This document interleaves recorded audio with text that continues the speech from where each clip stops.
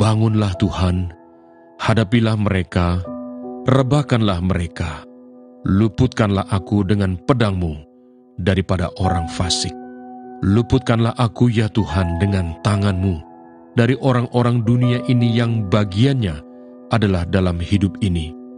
Biarlah perut mereka dikenyangkan dengan apa yang Engkau simpan, sehingga anak-anak mereka menjadi puas, dan sisanya mereka tinggalkan untuk bayi-bayi mereka. Tetapi aku, dalam kebenaran, akan kupandang wajah-Mu, dan pada waktu bangun, aku akan menjadi puas dengan rupa-Mu. Maka datanglah ibu anak-anak Zebedeus serta anak-anaknya itu kepada Yesus, lalu sujud di hadapannya untuk meminta sesuatu kepadanya. Kata Yesus, "Apa yang kau kehendaki?" Jawabnya, "Berilah perintah, supaya kedua anakku ini boleh duduk kelak di dalam kerajaan-Mu, yang seorang di sebelah kanan-Mu, dan yang seorang lagi di sebelah kiri-Mu." Tetapi Yesus menjawab katanya, "Kamu tidak tahu apa yang kamu minta. Dapatkah kamu meminum cawan yang harus kuminum?" Kata mereka kepadanya, "Kami dapat." Yesus berkata kepada mereka, "Cawanku memang akan kamu minum, tetapi hal duduk di sebelah kananku atau di sebelah kiriku, aku tidak berhak memberikannya. Itu akan diberikan kepada orang-orang bagi siapa Bapa-Ku telah menyediakannya." Mendengar itu marahlah ke-10 murid yang lain kepada kedua saudara itu. Tetapi Yesus memanggil mereka lalu berkata, "Kamu tahu bahwa pemerintah-pemerintah bangsa-bangsa memerintah rakyatnya dengan tangan besi, dan pembesar-pembesar menjalankan kuasanya dengan keras atas mereka. Tidaklah demikian di antara kamu. Barang siapa ingin menjadi besar di antara kamu, hendaklah ia menjadi pelayanmu. Dan barang siapa ingin menjadi terkemuka di antara kamu, hendaklah ia menjadi hambamu. Sama seperti Anak Manusia datang, bukan untuk dilayani, melainkan untuk melayani, dan untuk memberikan nyawanya menjadi tebusan bagi banyak orang." Yesus menyembuhkan 2 orang buta. Dan ketika Yesus dan murid-muridnya keluar dari Yeriko, orang banyak berbondong-bondong mengikuti Dia. Ada 2 orang buta yang duduk di pinggir jalan mendengar bahwa Yesus lewat, lalu mereka berseru, "Tuhan, Anak Daud, kasihanilah kami." Tetapi orang banyak itu menegur mereka supaya mereka diam. Namun mereka makin keras berseru katanya, "Tuhan, Anak Daud, kasihanilah kami." Lalu Yesus berhenti dan memanggil mereka. Ia berkata, "Apa yang kamu kehendaki, supaya aku perbuat bagimu?" Jawab mereka, "Tuhan, supaya mata kami dapat melihat." Maka tergeraklah hati Yesus oleh belas kasihan. Lalu ia menjamah mata mereka, dan seketika itu juga mereka melihat, lalu mengikuti Dia. Ayub pasal 15. Pendapat Elifas bahwa orang fasik akan binasa. Maka Elifas orang Teman menjawab, "Apakah orang yang mempunyai hikmat menjawab dengan pengetahuan kosong dan mengisi pikirannya dengan angin? Apakah ia menegur dengan percakapan yang tidak berguna dan dengan perkataan yang tidak berfaedah? Lagi pula engkau melenyapkan rasa takut dan mengurangi rasa hormat kepada Allah. Kesalahanmu lah yang mengajar mulutmu, dan bahasa orang licik yang kau pilih. Mulutmu sendirilah yang mempermasalahkan engkau, bukan aku. Bibirmu sendiri menjadi saksi menentang engkau. Apakah engkau dilahirkan sebagai manusia yang pertama, atau dijadikan lebih dahulu daripada bukit-bukit? Apakah engkau turut mendengarkan di dalam musyawarah Allah, dan meraih hikmat bagi dirimu? Apakah yang kau ketahui yang tidak kami ketahui? Apakah yang kau mengerti yang tidak terang bagi kami? Di antara kami juga ada orang yang beruban dan yang lanjut umurnya, yang lebih tua umurnya daripada ayahmu. Kurangkah artinya bagimu penghiburan Allah, dan perkataan yang dengan lemah lembut ditujukan kepadamu? Mengapa engkau dihanyutkan oleh perasaan hatimu, dan mengapa matamu menyala-nyala, sehingga engkau memalingkan hatimu menentang Allah, dan mulutmu mengeluarkan perkataan serupa itu? Masakan manusia bersih, masakan benar yang lahir dari perempuan. Sesungguhnya, para sucinya tidak dipercayainya. Seluruh langit pun tidak bersih pada pandangannya. Lebih-lebih lagi orang yang keji dan bejat, yang menghirup kecurangan seperti air. Aku hendak menerangkan sesuatu kepadamu, dengarkanlah aku. Dan apa yang telah kulihat hendak kuceritakan, yakni apa yang diberitakan oleh orang yang mempunyai hikmat, yang nenek moyang mereka tidak sembunyikan. Ketika hanya kepada mereka negeri itu diberikan, dan tidak ada seorang asing pun masuk ke tengah-tengah mereka. Orang fasik menggeletar sepanjang hidupnya. Demikian juga orang lalim selama tahun-tahun yang disediakan baginya. Bunyi yang dahsyat sampai ke telinganya. Pada masa damai, ia didatangi perusak. Ia tidak percaya bahwa ia akan kembali dari kegelapan. Ia sudah ditentukan untuk dimakan pedang. Ia mengembara untuk mencari makan entah kemana. Ia tahu bahwa hari kegelapan siap menantikan dia. Ia ditakutkan oleh kesesakan dan kesempitan yang menggagahinya laksana raja yang siap menyergap.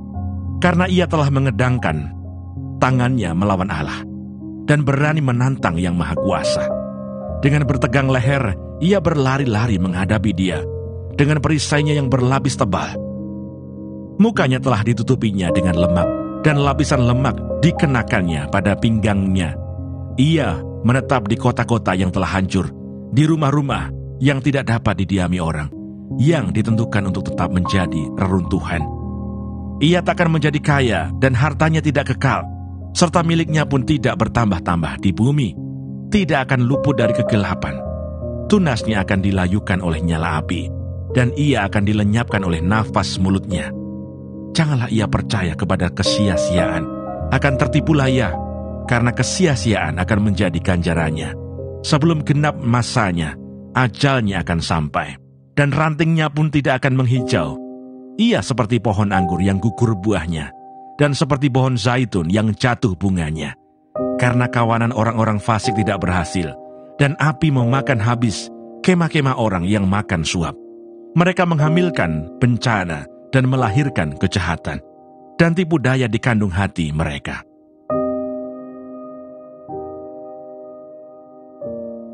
Ayub pasal 16. Ayub mengeluh tentang perlakuan Allah. Tetapi Ayub menjawab, hal seperti itu telah acap kali kudengar, penghibur sialan kamu semua. Belum habiskah omong kosong itu? Apa yang merangsang engkau untuk menyanggah? Aku pun dapat berbicara seperti kamu.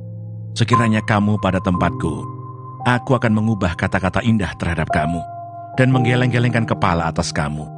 Aku akan menguatkan hatimu dengan mulut, dan tidak menahan bibirku mengatakan belas kasihan. Tetapi bila aku berbicara, penderitaanku tidak menjadi ringan, dan bila aku berdiam diri, apakah yang hilang daripada aku? Tetapi sekarang ia telah membuat aku lelah, dan mencerai-beraikan segenap rumah tanggaku. Sudah menangkap aku, inilah yang menjadi saksi. Kekurusanku telah bangkit menuduh aku. Murkanya menerkam dan memusuhi aku. Ia menggertakkan giginya terhadap aku. Lawanku memandang aku dengan mata yang berapi-api. Mereka mengangakkan mulutnya melawan aku, menampar pipiku dengan cercaan, dan bersama-sama mengerumuni aku. Allah menyerahkan aku kepada orang lalim, dan menjatuhkan aku ke dalam tangan orang fasik. Aku hidup dengan tenteram, tetapi ia menggelisahkan aku. Aku ditangkapnya pada tengkukku, lalu dibantingnya, dan aku ditegakkannya, menjadi sasarannya. Aku dihujani anak panah, ginjalku ditembusnya, dengan tak kenal belas kasihan. Empeduku ditumpahkannya ke tanah. Ia merobek-robek aku, menyerang aku laksana seorang pejuang. Kain kabung telah kujahit pada kulitku, dan tandukku kumasukkan ke dalam debu. Mukaku merah karena menangis, dan bulu mataku ditudungi kelam pekat. Sungguh pun tidak ada kelaliman pada tanganku, dan doaku bersih. Hai bumi, janganlah menutupi darahku, dan janganlah kiranya teriakku mendapat tempat perhentian. Ketahuilah, sekarang pun juga saksiku ada di surga, yang memberi kesaksian bagiku ada di tempat yang tinggi. Sekalipun aku dicemoohkan oleh sahabat-sahabatku, namun ke arah Allah mataku menengadah sambil menangis, supaya ia memutuskan perkara antara manusia dengan Allah, dan antara manusia dengan sesamanya, karena sedikit jumlah tahun yang akan datang. Dan aku akan menempuh jalan dari mana aku tak akan kembali lagi. Ayub pasal 17. Semangatku patah, umurku telah habis, dan bagiku tersedia kuburan. Sesungguhnya aku menjadi ejekan. Mataku terpaksa menyaksikan tantangan mereka. Biarlah engkau menjadi jaminanku bagimu sendiri. Siapa lagi yang dapat membuat persetujuan bagiku? Karena hati mereka telah kau katupkan bagi pengertian. Itulah sebabnya engkau mencegah mereka untuk menang. Barang siapa mengadukan sahabatnya untuk mencari keuntungan, mata anak-anaknya akan menjadi rabun. Aku telah dijadikan sindiran di antara bangsa-bangsa, dan aku menjadi orang yang diludahi mukanya. Mataku menjadi kabur karena pedih hati. Segala anggota tubuhku seperti bayang-bayang. Orang-orang yang jujur tercengang karena hal itu, dan orang yang tidak bersalah naik pitam terhadap orang fasik. Meskipun begitu, orang yang benar tetap pada jalannya, dan orang yang bersih tangannya bertambah-tambah kuat. Tetapi kamu sekalian silahkan datang kembali. Seorang yang mempunyai hikmat takkan kudapati di antara kamu. Umurku telah lalu, telah gagal rencana-rencanaku, cita-citaku. Malam hendak dijadikan mereka siang, terang segera muncul dari gelap, kata mereka.